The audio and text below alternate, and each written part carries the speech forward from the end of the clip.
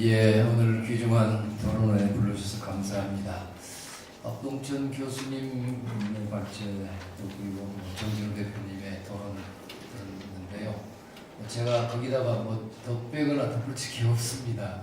토론을 따로 할 필요가 없을 정도입니다. 전적으로 공감합니다. 굳이 말씀드려보자면 현재 국회의원 선거 제도는 1987년 체제의 유산이라고 할 수 있죠. 그 말이 적절하냐면 있겠습니다만. 그래서 1987년에 요양된 이후에 헌법이 새로 만들어지면서 또 동시에 여러 가지 국회의원 선거제도 바뀌었는데요. 그 전까지는 대통령은 간섭을 했잖아요. 그 대통령을 직선하자 하는 것이 우리 국민적 요구였고 민주화의 어떤 큰 목표였습니다. 동시에 그때까지는 이 여야가 한 석씩 얻는, 그러니까 한 지역에서 2명씩 선거를 뽑았죠. 그래서 국회의원 선거 하나만 하였습니다. 여당 한 명, 야당 한 명, 뭐 전국적으로 거의, 물론 뭐 특정 지역에 가면 또 싹쓸이 현상도 있었습니다. 그래서 국민의 그 국회의원 선출권이라는 게 없는 거랑 똑같았습니다. 이제 그런 상황이었기 때문에 그걸 고쳐야 되겠다. 한편으로는 대통령은 직선하자. 국회의원은 소선거구제로 하자. 내가 직접 국회의원 선택하자 하는 국민적 요구가 높았던 것으로 생각됩니다. 그래서 이제 소선거구제가 됐고 그때는 그 나름대로의 시대에 맞는 거였습니다. 근데 이제 세월이 거의 30년 가까이 흘렀는데요. 이제는 소선거구제의 승자독식의 소선거구제죠. 소선거구제의 유일한 장점이라고 할 수 있는 것이 뭐랄까요, 정치를 안정시킨달까요? 사표가 많이 생기는 대신에 정당의 난립을 방지해서 큰 정당, 지금 같은 새누리당이나 새정치연합 같은 정당이 안정의석을 얻는다는 그런 명분이 좀 있었습니다.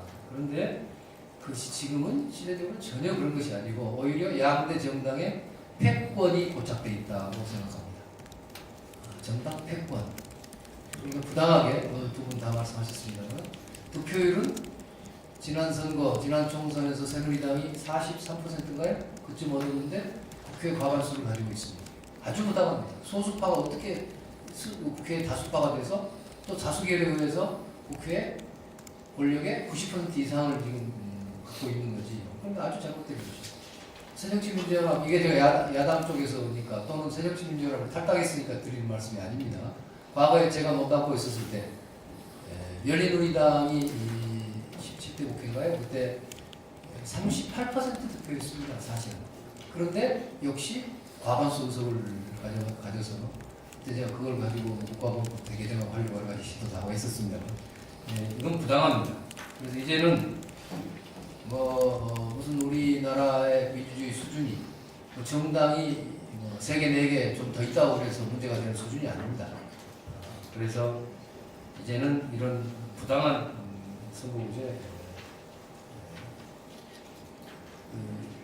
거대 정당들의 패권을 유지해주는 아주 부당한 선거구제, 반민주적이라고 할 수 있습니다.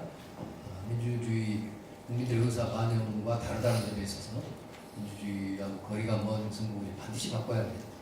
그럼 어떻게 해야 되느냐? 국민의 30% 지지를 받는 정당, 그러니까 투표에 의해서 30% 득표한 정당은 30% 의석을 가져야 됩니다. 10% 득표한 정당은 10% 의석을 가져야죠. 국회의원이 300명이니까 10% 지지를 받는 정당은 그 10%인 30명의 의석을 가져야 되는 거죠. 제가 이런 주장을 지금 제가 무슨 새 당을 만들기 위해서 하는 말이 아닙니다. 저는 새정치연합에 몸 담고 있을 때부터 일관되게 이런 주장을 해왔습니다. 그리고 이제는 양대 정당 가지고 국민의 각계각층의 정치적 이해를 대변할 수가 없습니다.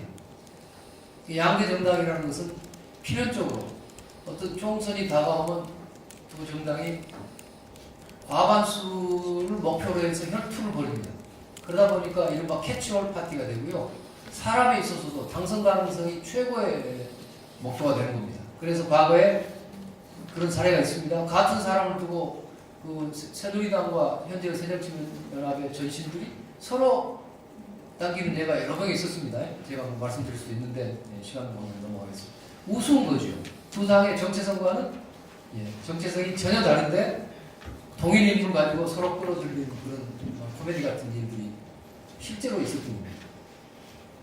그래서 앞으로는 어느 정당도 다수파가 되지 못하는, 이게 제대로 비례성이 높으면 그렇게 될 수밖에 없습니다. 그래서 각 정당 간의 대화와 타협과 연대에 의해서 정치가 갈 수 있도록 돼야만이 오히려 민주적인 국정이나 의회 권력이 될 수 있다 그렇게 생각합니다. 그래서 앞으로 지금 비례성이 높은 독일식 비례대표제가 가장 좋은 제도이고요. 또 그렇지 못한 다르게도 지금 연동형이라든가 사실은 지금 중앙선관위가 국회에 제출해 놓은 안도요 상당히 좋습니다. 저는 90점짜리면 된다고 생각합니다. 그 안을 중심으로 해서 빨리 입법을 해야 된다 생각합니다. 감사합니다.